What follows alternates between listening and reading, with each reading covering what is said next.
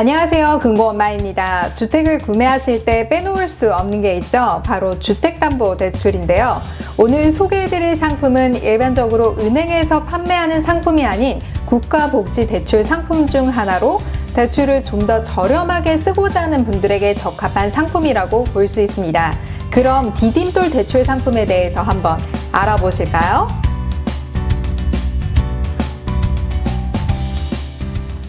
먼저 디딤돌 대출 상품은 내 집 마련 디딤돌 대출과 신혼가구 전용 대출로 나뉘어지는데요.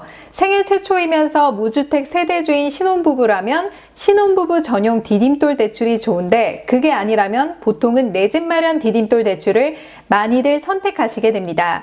내 집 마련 디딤돌 대출 상품은 주택도시기금에서 운영하는 대출 상품 중 하나인데요. 기존 주택을 담보로 한 대출을 갈아타는 용도가 아니라 주택 구입 용도로 대출을 받고자 하시는 분들이라면 신청이 가능합니다. 신청 대상은 본인과 배우자 합산 연소득이 6천만 원 이하이면서 순자산가액이 3억 7,100만 원 이하인 무주택 세대주라면 신청이 가능하고요. 이때 무주택자란 세대주와 세대원 모두 주택이 없어야 되고 분양권, 조합원 입주권도 없어야 가능합니다. 또한 소득이 있어야 가능한데 무소득자일 경우에는 신청이 되지 않습니다.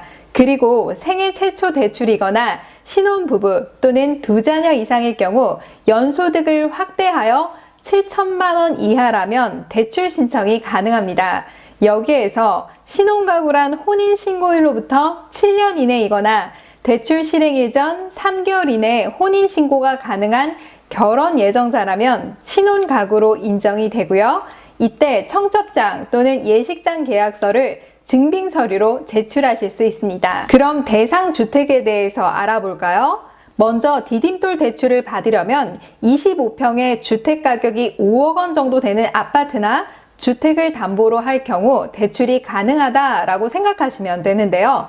정확하게 말씀드리면 대출 승인일 기준 내가 살고자 하는 주택 가격의 평가 금액이 5억 원 이하여야 가능하고요. 대출이 가능한 금액은 최대 2억 원까지 대출을 받으실 수 있습니다.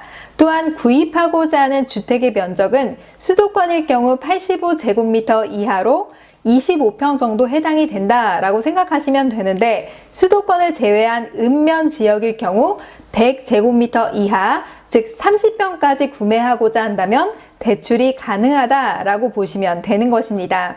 또한 만 30세 이상 미혼으로 단독 세대주인 경우가 있겠죠. 즉 18평의 주택 가격이 3억 원 이하인 아파트나 주택일 경우 이분들은 대출이 가능합니다. 그리고 대출 가능 금액은 미혼이기 때문에 기존의 2억 원이 아니라 최대 1억 5천만 원까지 가능한데요. 만약 수도권을 제외한 읍면 지역이라면 70제곱미터 이하, 즉 21평까지 대출 신청이 가능합니다.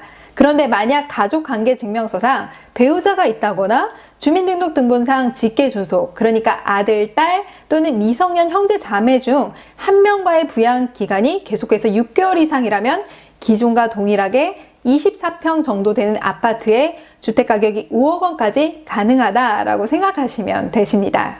자, 또 이런 경우 있겠죠. 만 30세 미만인 경우 어떡하나요? 원칙적으로 디딤돌 대출 신청이 안 됩니다. 하지만 단독세대주로 민법상 미성년자인 형제, 자매 중 1인 이상과 동일 세대를 구성하고 있고 주민등록등본상 부양기간이 6개월 이상인 세대주 또는 직계 존속인 엄마, 아빠 등과 함께 같이 계속적으로 거주할 경우 예를 들어서 만 30세 미만인 경우에는 안 되지만 만 30세 이상의 대출 조건과 동일하게 적용받을 수 있다라고 생각하시면 되십니다.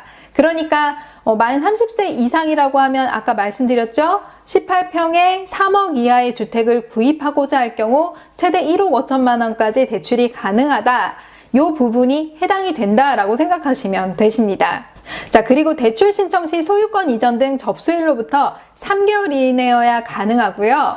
자, 그런데 이렇게 또 물어보시는 분들도 계실 거예요. 신규 분양 아파트는 디딤돌 대출이 안 되나요? 라고 물어보실 수 있겠죠. 자, 그럴 경우 아직 등기부 등본이 발급되지 않았다 하더라도 기존의 잔금 대출로 나가는 은행에서 입주기간 한 달 전후로 해서 여쭤봅니다. 디딤돌 대출로 할 것인지 보금자리론으로 하실 것인지 이런 것들을 물어봐요. 즉 주택금융공사와 후치담보 협약을 맺어서 이런 것들을 행하게 되는데 이때 여러분들이 선택하시면 되고요. 재개발이나 재건축 아파트는 기존에 신청이 안 된다라고 생각하시면 되세요. 또한 신규 분양 아파트일 경우 분양가로 평가할 수가 있는데요. 요건은 첫 번째로 분양계약서 또는 입주자 모집 공고문상 300세대 이상이어야 가능합니다. 두 번째로 대출 신청일 또는 대출 승인일, 즉 사용 승인일 이후 6개월 이내인 경우 분양가를 적용받을 수 있습니다. 자, 그럼 대출 가능 한도와 대출 금리를 한번 알아볼까요? 대출 한도는 LTV와 DTI가 적용이 되는데요. LTV는 주택 가격 대비 대출 가능 한도를 말하는 것이고 DTI는 소득 대비 대출 가능 금액이 얼마냐라고 물어보는 것인데 LTV는 최대 70%, DTI는 60%까지 가능하다라고 생각하시면 되십니다. 또한 LTV는 아파트 KBC 세대 매매 예정 가격 중 낮은 금액에서 70%가 적용된다라고 보시면 되십니다. 그리고 기본적으로 최대 2억 원까지 대출이 가능한데 신혼부부일 경우 2억 2천만 원까지 가능하고요.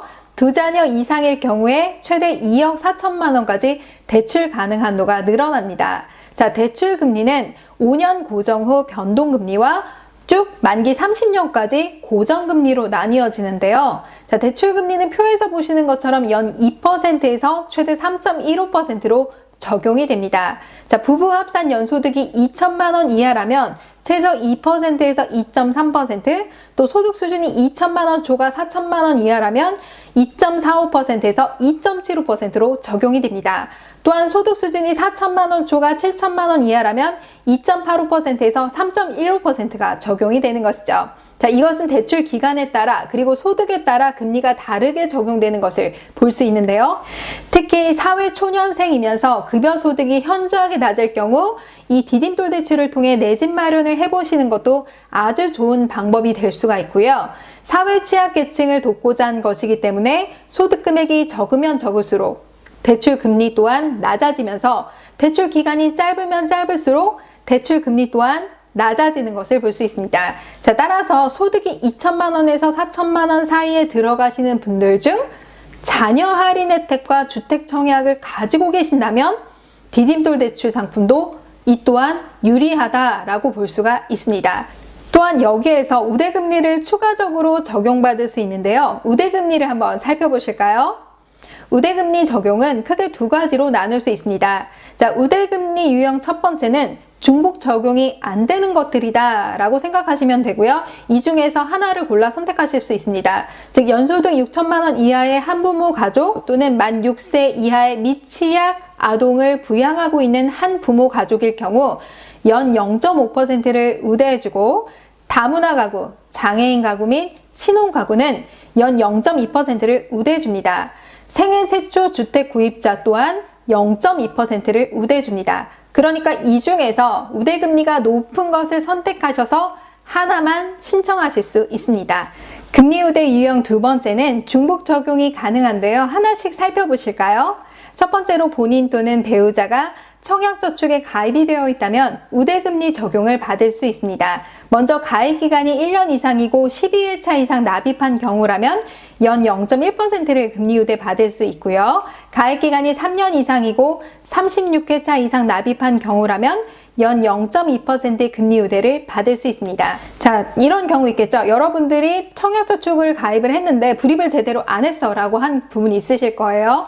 자, 대출 신청일로부터 6개월 이내 일괄 납부된 경우에 인정해차에서 제외가 되는데요. 자, 이게 무슨 말이냐면 여러분들이 연체된 부분은 인정해차에서 제외가 된다.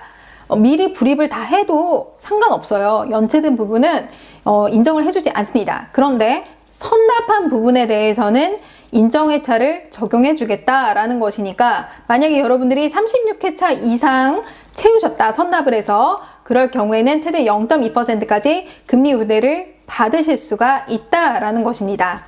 그리고 납입회차와 상관없이 청약저축 가입자 중에서 민영주택 청약 지역별 최소 예치 금액을 납입했다. 자, 이런 경우 있죠. 목돈으로 예치를 했다. 라고 할 경우에는 납입이 완료된 날로부터 1년 이상이 지났다면 0.1%를 우대금리 받을 수 있고요.